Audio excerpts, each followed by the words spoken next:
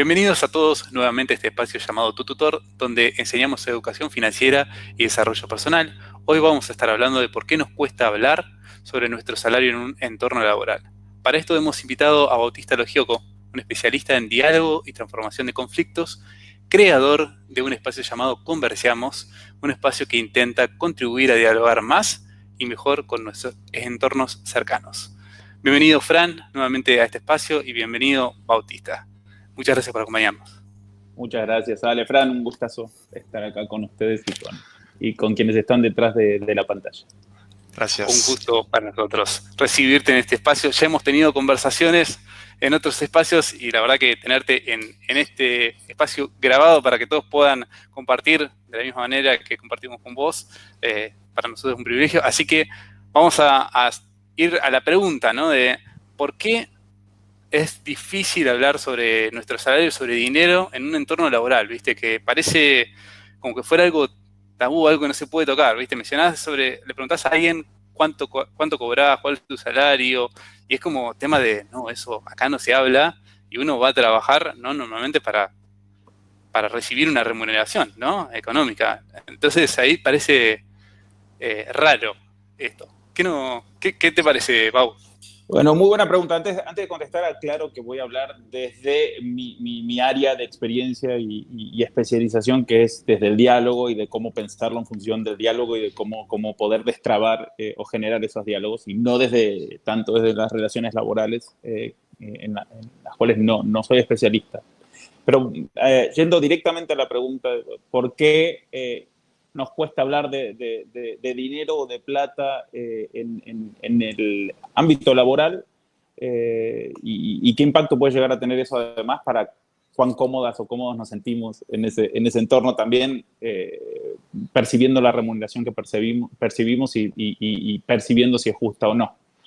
Yo creo que hay algo, primero creo que hay como un temor, no sé llamarlo, sí, es como una preocupación, como un tabú generalizado a hablar de dinero o de plata en general. Creo que nos pasa mucho en entornos familiares.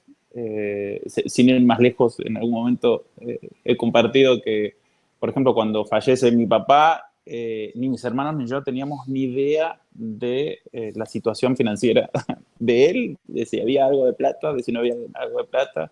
Y eso es porque, y no sé si esto es más en generaciones anteriores que en las actuales, pero creo que en la actualidad todavía mantenemos ciertos tabúes con respecto a hablar de finanzas con quienes tenemos cerca, de finanzas con una transparencia y con una soltura necesaria para poder reflexionar realmente sobre el tema, ¿no? Pero sí creo que existía como este tabú a hablar y como a abrir esa puerta que después generaba inclusive hasta problemas y situaciones en donde en una situación tan extrema como que fallece el jefe del hogar en este caso, no sabíamos cómo continuar, porque no sabíamos si había algo de dinero para hacerlo. Entonces yo creo que primero hay como un tabú generalizado, ¿no? Bueno, hablamos de plata, no hablamos de plata. Si hablamos de plata, ¿cómo hablamos de plata? No sabemos muy bien. Nos incomoda. Después creo que hay algo vinculado, especialmente cuando se trata de conversar sobre dinero, sobre remuneración en un entorno laboral, que tiene que ver con un temor que está muy embuido en el contexto socioeconómico que vivimos, que es un contexto socioeconómico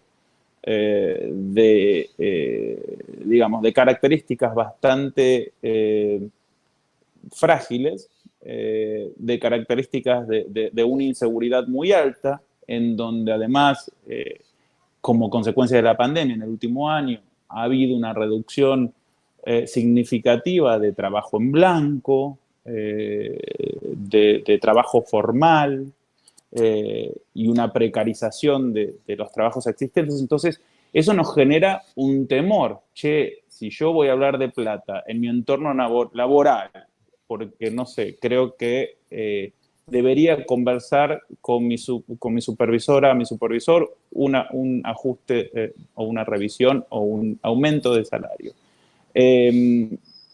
Mirá si lo hago y en realidad ya genera una situación muy incómoda y eso después tiene un impacto y yo me quedo sin laburo o me llevo una precarización que pierdo la obra social o pierdo los aportes jubilatorios y demás. Entonces ese temor por el contexto. En tercer lugar, creo que hay un temor también a no saber encarar estas conversaciones vinculado a que se puede erosionar esa relación laboral. Que está bien, no tengo miedo a perder el trabajo porque existe la apertura en mi empresa, en mi entorno, en mi institución, para hablar del salario, pero la verdad que después de tener esa conversación, la relación por ahí queda medio resentida en el sentido de queda medio rara y medio erosionada, ya no va a ser lo que era antes, ¿sí? Y por último, creo que hay un temor a hablar de salario y lo estoy enfocando, intentando enfocar exclusivamente, o no exclusivamente, pero sí bien en el ámbito laboral y con, ¿sabes? Como en búsqueda de ese ajuste del mismo. Hay un temor que tiene que ver con algo que conversábamos justo hace un ratito, que es este síndrome del impostor, síndrome de la impostora, ¿no? Que yo creo que la persona que no atravesó por el síndrome del impostor en algún momento de su vida, no sé, yo creo que no la conozco. Como yo les comentaba hace un ratito, yo tengo casi 45 años de experiencia profesional, más de 20 y pico, y recién, pongámosle, hace un poco más de 10 años que dejé de sentirlo, ¿sí? Este síndrome del impostor en mí se manifestaba de la siguiente manera. A mí me fue relativamente bien en mi carrera, siempre aclaro, me fue bien en mi carrera habiendo tenido el privilegio y la ventaja de haber podido estudiar, de que mis padres me acompañaran en ese proceso, de haber podido ir a la universidad pública y no haber tenido que salir a trabajar necesariamente y demás. Entonces, a la vez, en mi carrera se fueron dando, y claro, en ese momento se fueron dando, no era como que te lo vas ganando, ¿no? Pero bueno, me gané una beca que me permitió irme a estudiar afuera. Me salió, fíjense el lenguaje que usamos, me salió mi primer trabajo y en realidad bueno, me gané mi primer trabajo en ese momento en la OEA, la Organización de Estados Americanos en Washington. Y después fui avanzando siempre para arriba en la carrera. Pero hasta hace 10 años yo me creía que todo lo que me iba saliendo en la carrera se daba porque sí, bueno, tenía los papeles, pero no era tanto por lo que yo podía aportar a esos procesos, sino más bien porque le caía bien a la gente. Entonces, bueno, le caigo bien a la persona que me entrevista, entonces me contrata. Y para mí ahí hay un reflejo muy claro de ese temor a, en realidad, no ser de verdad todo lo que uno tiene para ofrecer en ese contexto específico. Entonces, para cerrar, volviendo a la pregunta inicial, ¿por qué nos cuesta? Yo identifico esta serie de temores. El primero, vinculado a este tabú generalizado que tenemos socialmente de, che, ¿cómo nos cuesta hablar de plata en general? ¿Sí? Segundo, contexto económico. Che, si voy a hablar de plata en la empresa, en la institución, en la oficina, y después me sale el tiro por la culata y me quedo en Pampa y la Vía. Tercero, che, ponele que no me quede en Pampa y la Vía porque se puede tener esta conversa. Después, ¿cómo va a quedar la relación con mi jefa, mi jefe, mis compañeros de laburo, que ven que yo voy a pedir algo y ellos por ahí no? ¿Voy a querer seguir trabajando en ese entorno? Temor. Cuarto temor, che, ¿me lo merezco? Bueno, me lo merezco. Voy a pedir algo y me van a sacar carpiendo. Entonces, fíjense cuántos miedos y por ahí hasta tenemos todos juntos en ese momento que necesitamos juntarnos o que sentimos la necesidad de juntarnos a conversar para que revisen nuestra situación salarial, porque creemos en el fondo que es justo que se revise esa situación salarial, ¿sí? Claro, claro, claro. Qué importante esto que fuiste comentando, ¿no? Y todos relacionados, obviamente, a como disparadores, a temores en general, ¿no? Que bueno, ahora le voy a hacer el paso a Fran, ¿no? Que podríamos, que va a hacer una pregunta, seguramente, porque ya lo veo ahí que está preparando, porque ya lo conozco a Fran de cosas, está preparando una pregunta, pero quería consultarte sobre esto, ¿no? Sobre lo importante que es ir a una situación, si nos vamos a enfrentar a esta situación, con la preparación adecuada, ¿no? Reconociendo estas cosas principalmente en nosotros, ¿no? Que podemos estar atravesados por estas 4 cosas que mencionaste, y lo que implica, digamos, primero que nada, antes de ir a hablar sobre otra persona, reconocer si estamos atravesados o no con estas situaciones para ver cómo lo solucionamos, ¿no? Totalmente. Primer paso, bajarlo al consciente y tener la posibilidad de articularlo. ¿No? Yo me acuerdo que mi abuelo decía, el que no tiene cola no tiene miedo. Como todos tenemos cola, todos tenemos miedo. Entonces, un poco naturalizar esos temores y esos miedos, que no nos paralicen, sino entender cómo podemos transitarlos, abordarlos y superarlos para tener conversaciones que además forman parte de la diaria. Imagínense qué torturante es ir por la vida teniendo miedo a encarar estas conversaciones, ¿no? Porque en definitiva nos sentimos como presas y presos de un sistema que no es justo. Y eso tiene un costo en sí mismo, y eso, si no se expresa, si no existe una válvula para canalizar eso, en algún momento explota por algún lado.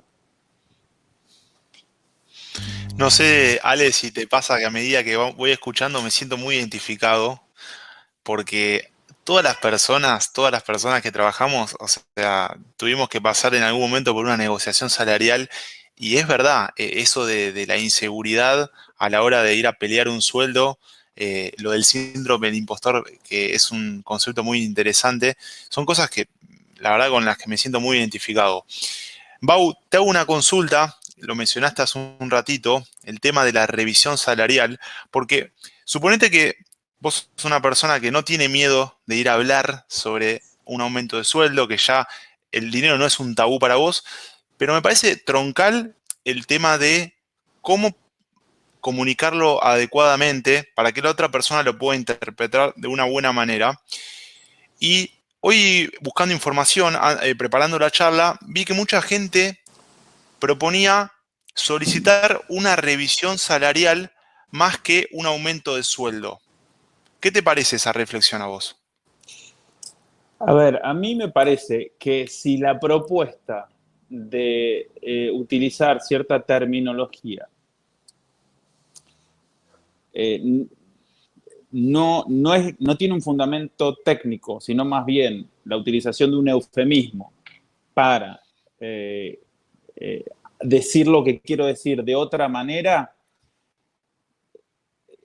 yo plantearía la opción de revisar la utilización de esa terminología. A ver, hablando en criollo, si yo propongo hablar de revisión salarial, porque en realidad lo que quiero, o de revisión de condiciones laborales, porque lo que quiero es revisar todas las condiciones, me parece genial. Ahora, si yo en realidad lo que quiero plantear es, bueno, un aumento de salario por estos motivos que ya conozco y que preparé y que le eché cabeza, como dicen en Colombia, no veo por qué le tenemos que tener miedo a hablar de eso y a ser claro, ¿no es cierto?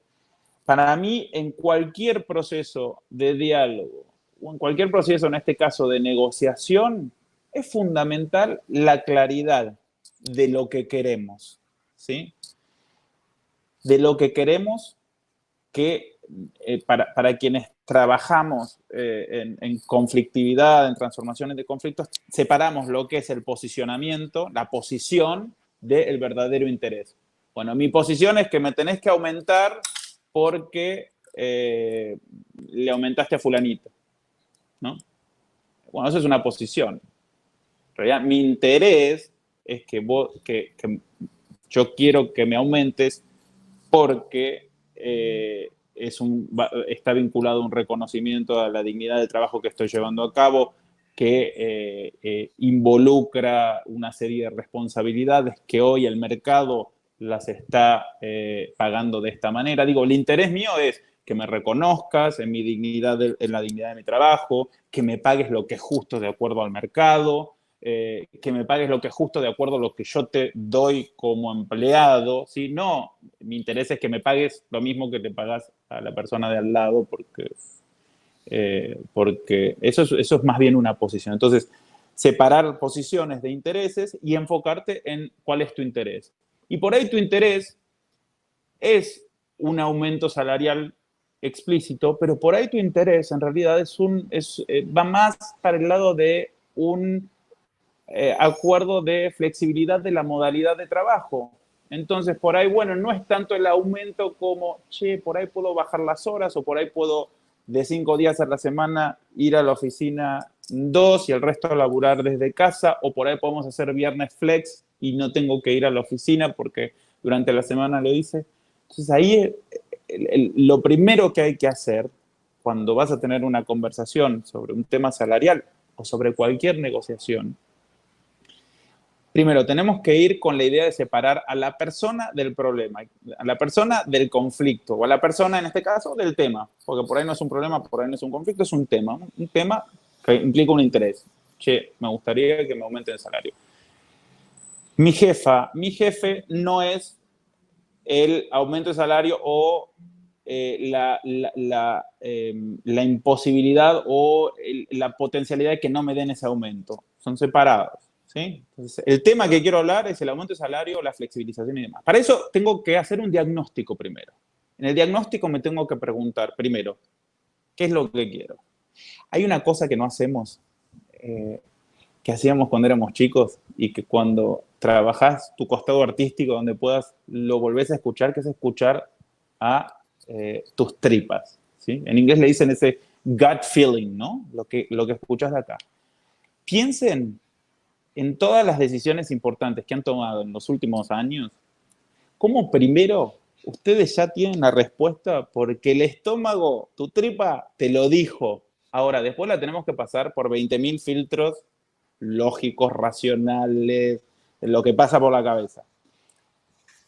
En esto es parecido, te diría, cuando haces ese diagnóstico, realmente escucha a tu interior para ver qué es lo que querés. ¿Es un aumento salarial? Perfecto.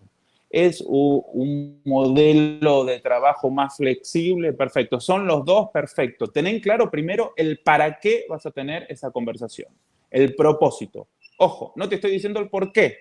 El por qué es mirar hacia atrás. El por qué es la justificación, ¿sí? El por qué puede ser la evidencia. Bueno, porque en el pasado casos similares se resolvieron de tal o cual manera. El para qué es a futuro. ¿Para qué quiero pedir esto? ¿Sí? Bueno. En segundo lugar, háblalo. No hay forma que se pueda avanzar en este sentido si no lo hablas. O sea, y ahí yo no sé, creo que no soy quien y nunca aconsejaría, bueno, deja de tenerle miedo.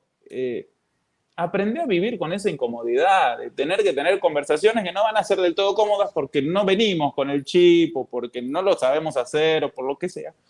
Pero vivamos con esa incomodidad. Yo tengo en la mesa de luz un libro de meditación que se llama, en inglés, Comfortable with Uncertainty. Comodidad, que te invoca a estar cómodo, cómoda con la falta de certeza. Y es eso, bueno, es eso, listo. ¿Se puede hablar? Sí, se puede hablar. Vamos a ver cómo lo podemos hablar y encargar de la mejor manera.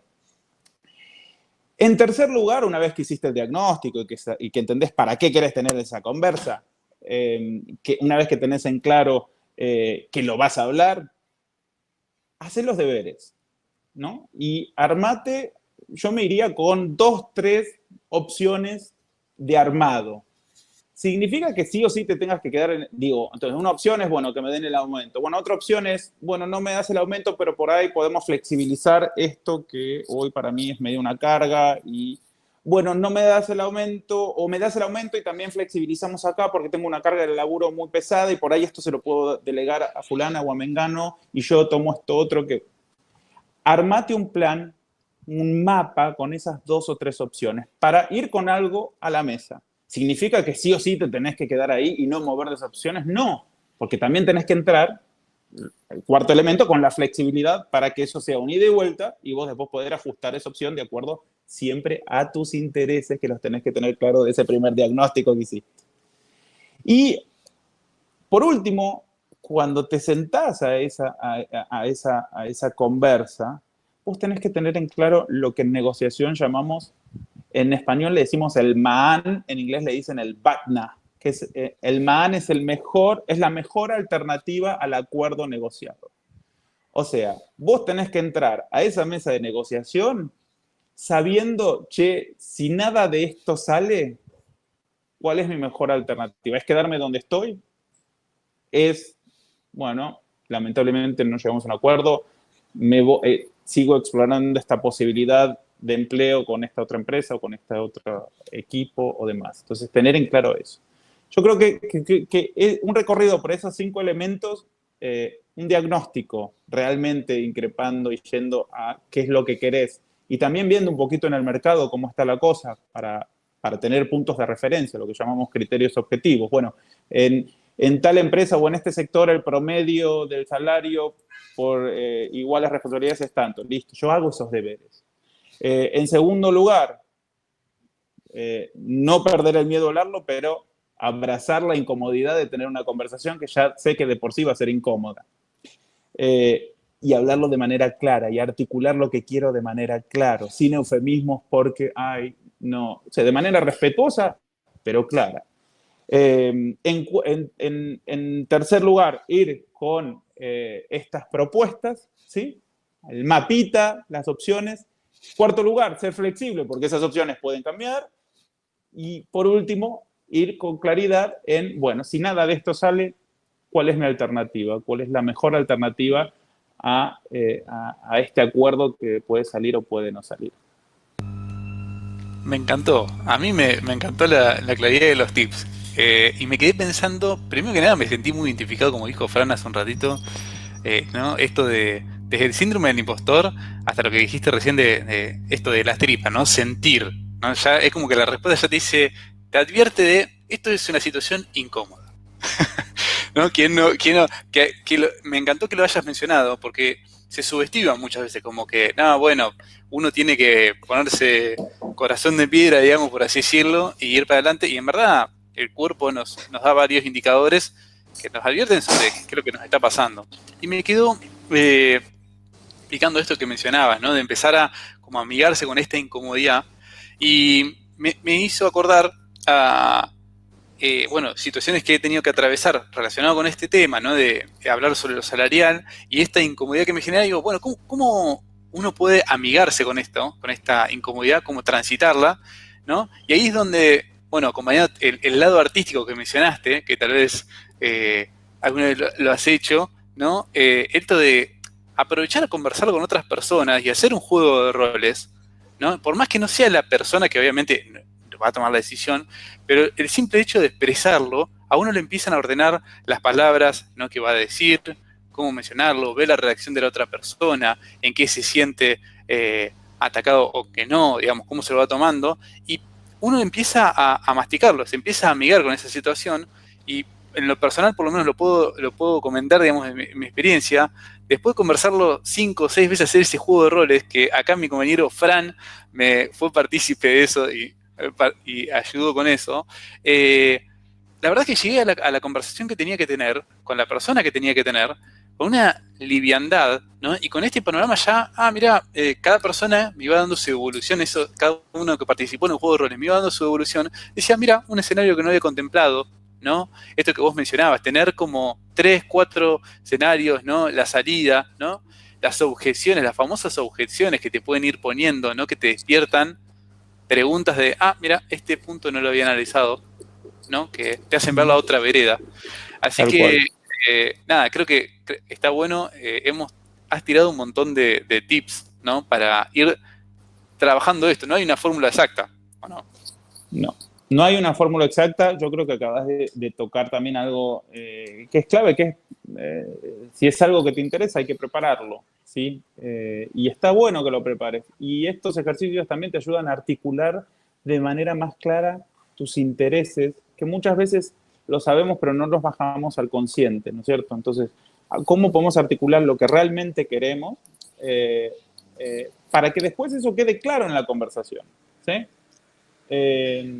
Yo creo que eso es clave. Sí. Hay Bien. algo que por ahí no tocamos que creo que es importante destacar, especialmente porque estamos teniendo una charla entre tres hombres, que es, digamos, la gran necesidad de interpretar esto con una fuerte lente de género, ¿no es cierto? ¿Por qué? Porque también en las relaciones laborales, también de por sí tenemos, obviamente, se ponen en juego relaciones de poder, ¿sí? Y, digamos, en las sociedades fuertemente machistas y patriarcales, como las que vivimos, por lo menos en nuestro continente y en otras, eh, a la relación de poder laboral hay que sumarle la complejidad de la relación de poder entre hombres, mujeres y minorías de diversidad y disidencias sexuales muchas veces. Entonces, es fundamental también cuando analizamos y hacemos estos diagnósticos, tener en claro que el diagnóstico y el impacto de las dinámicas laborales va a ser diferenciado en la manera en que lo va a vivir un hombre, una mujer, una persona LGTBI y demás. Entonces eso está bueno también tenerlo en cuenta porque hace a la riqueza y a la necesidad de un diagnóstico más claro y a identificar también esos intereses y las distintas maneras de comunicarnos en contextos que pueden llegar a ser incómodos, como lo que puede ser una negociación laboral y una negociación salarial, pero que es fundamental tener en cuenta porque si no, seguimos invisibilizándolas y no se abordan. Entonces, eso también tenerlo en cuenta me parece que es clave. Una pregunta de mi parte ya para cerrar mi participación, Bau. Mencionaste hace un rato el tema de enfocarse digamos, en esa conversación de pedir un aumento salarial, enfocarse en uno y no compararse con cualquier compañero, ¿sí? Porque cada, digamos, relación laboral es distinta. Me parece que es importante resaltar eso, de enfocarse en su propia trayectoria, ¿sí? Y no estar comparándonos con nuestros compañeros, porque eso también nos puede llegar a generar conflictos con nuestros pares. Ahora, la pregunta que te quiero hacer es, a la hora de enfocarse uno en su propia trayectoria, en el valor que le ha aportado al organismo a lo largo de los años de labor, ¿hasta qué punto uno tiene que valorar su trabajo o, o en qué, o sea, si es como una balanza entre poner los intereses de la organización y los intereses de uno, de la trayectoria de uno, ¿dónde debemos poner cada cosa en su lugar? O sea, no sé si se entiende la pregunta, pero lo que quiero decir es, uno tiene que valorarse hasta qué punto para que a quien estoy pidiendo el aumento de sueldo no piense que lo único que me importa es mi ascenso, es mi carrera, sino también me importa los intereses de la compañía o de la organización y voy a dar lo mejor de mí para que esa compañía o organización pueda también crecer y evolucionar. Sí, perfecto. Una aclaración. Yo no dije necesariamente que uno no pueda utilizar, justamente, intenté decirlo, los salarios que perciben otras personas que ejercen responsabilidades similares, por ahí lo mejor es fijarse en el sector en general sin necesariamente ir a alguien de la empresa, pero también podría ser. Lo que yo digo es no basar que tu punto de reclamo no sea porque fulanito se lo dieron, porque además ahí entran en juego un montón de variables, incluida la performance individual, que tranquilamente te pueden decir, bueno, todo bien, pero fulanito hizo todo esto y vos no, y también te puede generar esa erosión en la relación laboral con tu compañero o tu compañero, como bien decís. Ahora, sí te sirve como criterio objetivo tener un conocimiento de cuál es la media del mercado hoy para igual o similares tareas y responsabilidades. Eso está bueno, hacer tu deber, ¿no?, en casa, e ir con esa información y trabajar tu conversa desde esa información que le llamamos en negociación criterios objetivos, porque es lo que te da, en este caso te lo da el mercado. Bueno, el mercado, criterio objetivo, no es que se me ocurrió que tengo que cobrar tanto, es lo que se está pagando en el mercado. Después vos decime, ¿crees que yo no debo cobrar eso? ¿Por qué no debo cobrarlo? Etc. Con respecto a la pregunta, a la pregunta sobre, o digamos, a esta reflexión sobre el balance y el equilibrio entre el interés individual y el interés del empleador, yo personalmente creo que van de la mano. Yo me acuerdo, uno de los mejores jefes que tuve en mi vida, yo trabajaba en Naciones Unidas, y a la vez estaba haciendo un conservatorio de artes, ¿no? Entonces yo tenía que salir a las 6 de la tarde corriendo para llegar a la clase, que si perdía la clase del conservatorio, si perdía 2 clases ya perdía el semestre. Bueno, era muy estricto.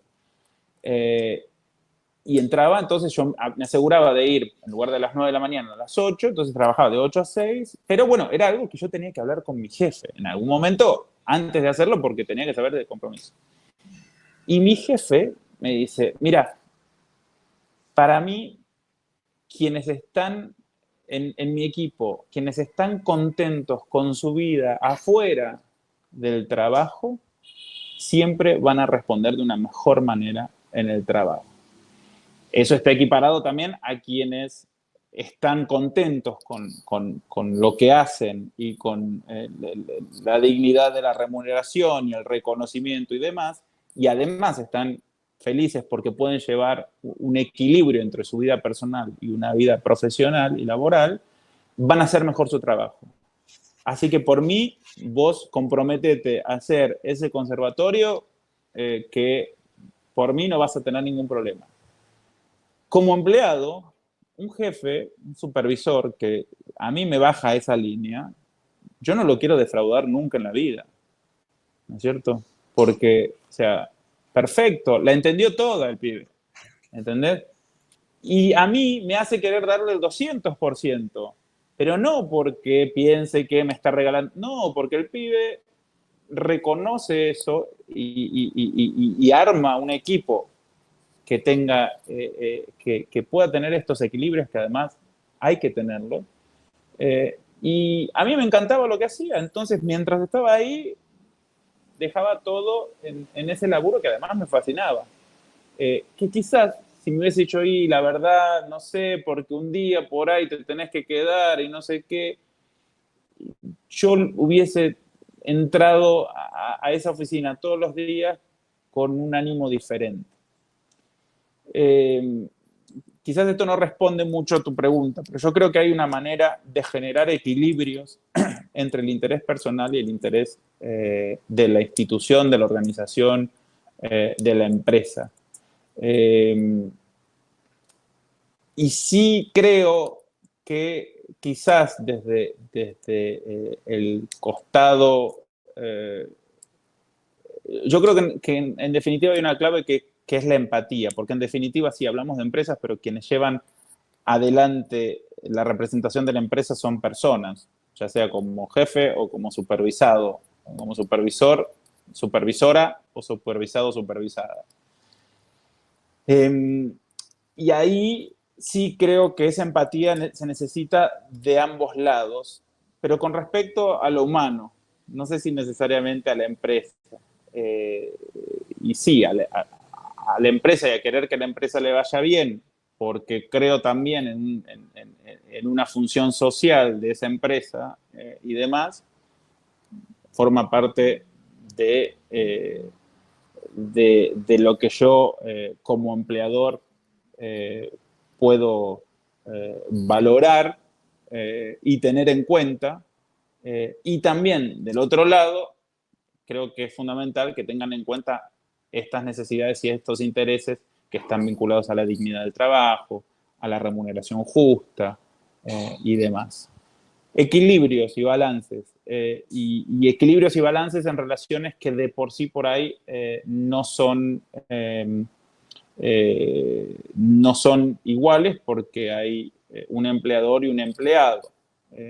Y cómo esa relación puede ser lo más fructífera posible tanto para unos como para otros. No sé si la respondí, por ahí me escapé un poquito para no responder todo lo que pienso, pero ahí es donde uso el lenguaje y la comunicación para decir lo que quiero decir y no decir lo que no quiero decir. Muy bien, gran aprendizaje nos llevamos también. Podríamos seguir conversando sobre esas técnicas también después, de cómo que nos llevan también a hablar sobre lo que tenemos que hablar y, ¿no? Y ser inteligentes o pícaros, como digamos, ¿no? Siempre hay que tener una cuota de esa. Pau, te voy a invitar, ya que sos nuestro invitado, valga la redundancia, tenemos un ritual, por así decirlo, para terminar cada video, invitar a la audiencia con pregunta reflexiva, una o dos preguntas que nos gustaría dejarles al público. Y bueno, dada la ocasión, me gustaría si querés hacerlo vos, te invito a que hagas estas preguntas. ¿Qué preguntas le dejarías a nuestro público? Yo creo que después de la conversación que tuvimos, una pregunta es, che, ¿qué es lo peor que pueda pasar si tenés una de estas conversaciones en tu entorno laboral? ¿Qué es lo peor que puede? Una vez que validaste que lo peor que puede pasar es que te vuelvas a tu casa sin el aumento. Mi abuelo siempre decía, no hay peor gestión que la que no se hace. Yo diría, no hay peor gestión que la que no se dialoga o no nos animamos a entrar en el diálogo. ¿Sí? Y en segundo lugar, la pregunta... por ahí, no sé si dejarla, por ahí la pregunta para revisar, ¿cuántas veces sentiste que se te daban las cosas por suerte, porque en realidad fulanito conocía a menganito, que conocía a perenganito y entonces por eso me contrataron? O porque justo el día de la entrevista me había tomado una pastilla de menta y tenía un aliento fascinante que enamoró a la audiencia. ¿Cuántas veces lo pensaste? ¿Y cuántas veces pensaste que fue por eso y no por lo que vos realmente podés aportar y aportás y aportaste y vas a aportar? Por ahí es una pregunta más de autoexamen, pero está bueno traerlo al consciente, creo, para también ir dejando eso un poquito atrás y entender que estamos donde estamos como resultado de nuestros propios caminos, de nuestras propias andanzas, digamos. Sí. Me encantó preguntas poderosas para hacer al público porque invitan a una reflexión también profunda, seguramente disparadoras después, de tal vez si detecto que muchas veces sentí que las cosas me llegaban, ¿no? Por esto, como decías, la analogía de la pastilla de menta, ¿no? Seguramente después me pregunte algunas otras cosas, ¿no? Si realmente donde estoy, qué conversación tengo que tener, como vos siempre decís. Bau, un gustazo haberte tenido con nosotros en este espacio. Ojalá que se repita. Fran, también. Sí, simplemente, Sí. Pau, me gustaría que si querés recordar a la audiencia, a los que ven este video, cuál es tu espacio donde, bueno, hablas de todos estos temas. Sí, las y los invito a sumarse a un diálogo permanente y continuo, predominantemente por la plataforma Instagram que estamos teniendo, que se llama Converseamos, @Converseamos, que es este espacio, como contaba Ale al principio, en donde intentamos reflexionar conjuntamente sobre cómo podemos dialogar más y mejor de los temas que nos importan con quienes nos importan. Un poquito luchando contra viento y marea en momentos en donde las dinámicas polarizadoras nos están tomando de prepo y nos empujan por ahí a maneras de relacionarnos que no construyen nada. Genial, genial. Bueno, muchísimas gracias. A todos los volvemos a invitar a Conversamos. La verdad es un espacio muy, pero muy bueno. Y también les decimos que nos sigan a nosotros, que se suscriban para seguir viendo más contenido de desarrollo personal y educación financiera para tener una vida un poquito más, ¿cómo podemos decir, Ale? Un poquito más organizada. O un poquito más orgánica, ¿no? Un poquito más feliz, tal vez. Un poquito más orgánica. Totalmente. Exactamente. Y aprovecho para bueno, invitarlos a hablar, a que tengamos una conversa en Conversamos, para reflexionar un poquito sobre por qué tan incómodo y nos cuesta tanto hablar de plata. Así que me encantó la invitación. Los quiero comprometer públicamente. Invitación aceptada. Ahí vamos a estar, seguro, con mucho gusto. Súper. Me encantó, me encantó. Genial. Bueno, nos veremos. Nos veremos en el próximo video, entonces. Así es. Saludos Muchas a gracias. todos. Un abrazo. Igualmente, un abrazo. Gracias.